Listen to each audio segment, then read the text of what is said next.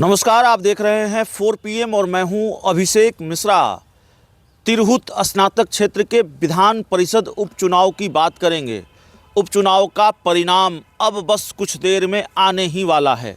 कल से यानी कि 9 दिसंबर से वोटों की गिनती जारी है और ये उम्मीद जताई जा रही थी कि देर रात ही सही, 9 दिसंबर को देर रात ही सही, लेकिन चुनाव परिणाम कम से कम 9 दिसंबर को आ जाएंगे।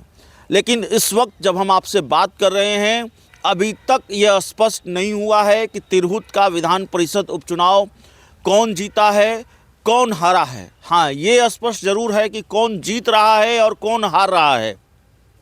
वो अपडेट लेकर एक बार फिर हम आपके सामने हाजिर हैं।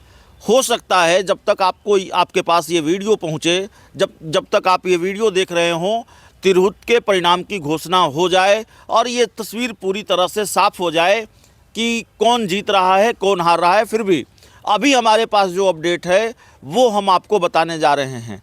तो एक पहले चरण, दूसरे चरण, तीसरे चरण, चौथे चरण, पाँचवें चरण, छठे चरण, हर चरण की गिनती के बाद एक जो सामान्य बात है, एक जो कॉमन बात है, वो ये है कि जेडीयू के उम्मीदवार अभिषेक झा पीछे चल रहे हैं, बहुत पीछे चल रहे हैं। कभी तीसरे नंबर और कभी चौथे नंबर, मेरी जानकारी ठीक हो तो दूसरे नंबर पर भी वो कभी नहीं लौटे हैं।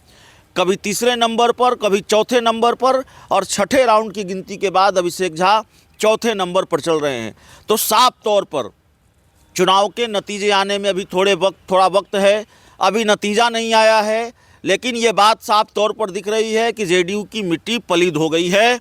तिरहुत स्नातक विधान परिषद के उपचुनाव में नीतीश कुमार की साख पर भी बट्टा लगा है, जेडीयू के सांसद देवेश चंद्र ठाकुर की साख पर भी बट्टा लगा है और अभिषेक झा की साख पर भी बट्टा लगा है। अभिषेक झा को करारी शिकस्त झेलनी पड़ सकती है तिरहुत के विधान परिषद उपचुनाव में। हालांकि जब तक नतीजे ना आ जाएं तब तक कोई भविष्यवाणी नहीं की जा सकती। लेकिन अब जो रुझान हैं और 6 राउंड के जो रुझान है, 6 राउंड की गिनती के बाद जो नतीजा निकल रहा है, जो बात सामने आ रही है, अभिषेक झा बुरी तरह से हार सकते हैं। सबसे ज़्यादा झटका अभिषेक झा को ही लग रहा है। छठे राउंड की गिनती के बाद हम आपको बताते हैं, निर्दलीय प्रत्याशी बंशीधर बृजवासी लगातार पहले राउंड, दूसरे राउंड, तीसरे राउंड, चौथे राउंड, पाँचवें राउंड और छठे राउंड, सभी राउंड में निर्दलीय प्रत्याशी बंशीधर बृजवासी आगे चल रहे हैं और बहुत आगे चल रहे हैं। ठीक ठाक वोटों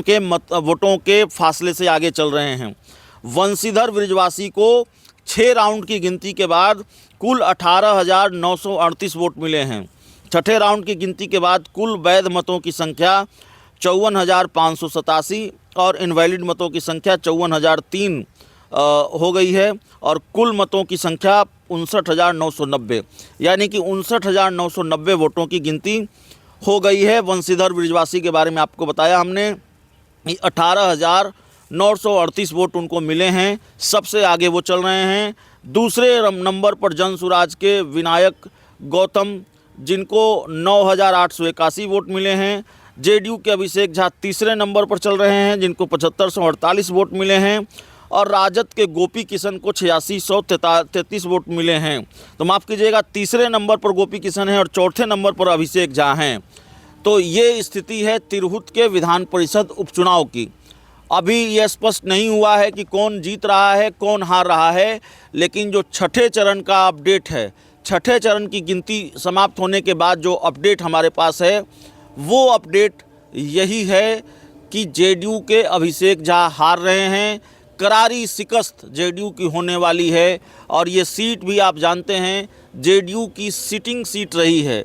देवेश चंद्र ठाकुर लगातार यहाँ से विधान परिषद के सदस्य बनते आ रहे हैं और विधान परिषद के सभापति भी देवेश चंद्र ठाकुर थे। सीतामढ़ी से लोकसभा का चुनाव लड़ा, चुनाव जीत गए, तो विधान परिषद की सदस्यता से जाहिर है इस्तीफा देना था, इस्तीफा दिया और उसके बाद देवेश चंद्र ठाकुर की जगह अभिषेक झा को जेडीयू ने उम्मीदवार बनाया। अभिषेक झा को ये अंदाज़ा नहीं रहा होगा या शायद जेडीयू को ये अंदाज़ा नहीं रहा होगा कि लड़ाई इतनी मुश्किल हो जाएगी उस सीट पर जिस सीट को उसका गढ़ माना जाता रहा है, जिस सीट पर उसकी लड़ाई आसान मानी जाती रही है। लेकिन यहाँ तो एक निर्दलीय प्रत्याशी ने पसीने छुड़ा दिए, एक निर्दलीय प्रत्याशी ने धूल चटा दिया, पानी पिला दिया। हालांकि धूल चटा दिया जैसे शब्द का इस्तेमाल हम अभी नहीं करेंगे जब तक नतीजे नहीं आ जाएंगे, लेकिन पानी तो पिला दिया निर्दलीय प्रत्याशी वंशीधर बृजवासी।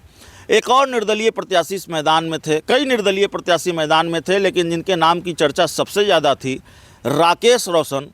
और ऐसा लग रहा था कि राकेश रोशन और अभिषेक झा के बीच ही टक्कर होनी है। राकेश रोशन कड़ी टक्कर दे रहे हैं, तो राकेश रोशन सबसे निचले पायदान पर चल रहे हैं, वो सबसे नीचे चल रहे हैं। इन पहलवानों की लड़ाई में राकेश रोशन सबसे पिछड़ते हुए दिख रहे हैं। हालांकि राकेश रोशन ने कहा है कि चुनाव हारा हूँ, हौसला नहीं हारा हूँ, लोगों के सुख दुख में इसी तरह काम आता रहूँगा, लोगों के लिए इसी तरह लड़ता रहूँगा।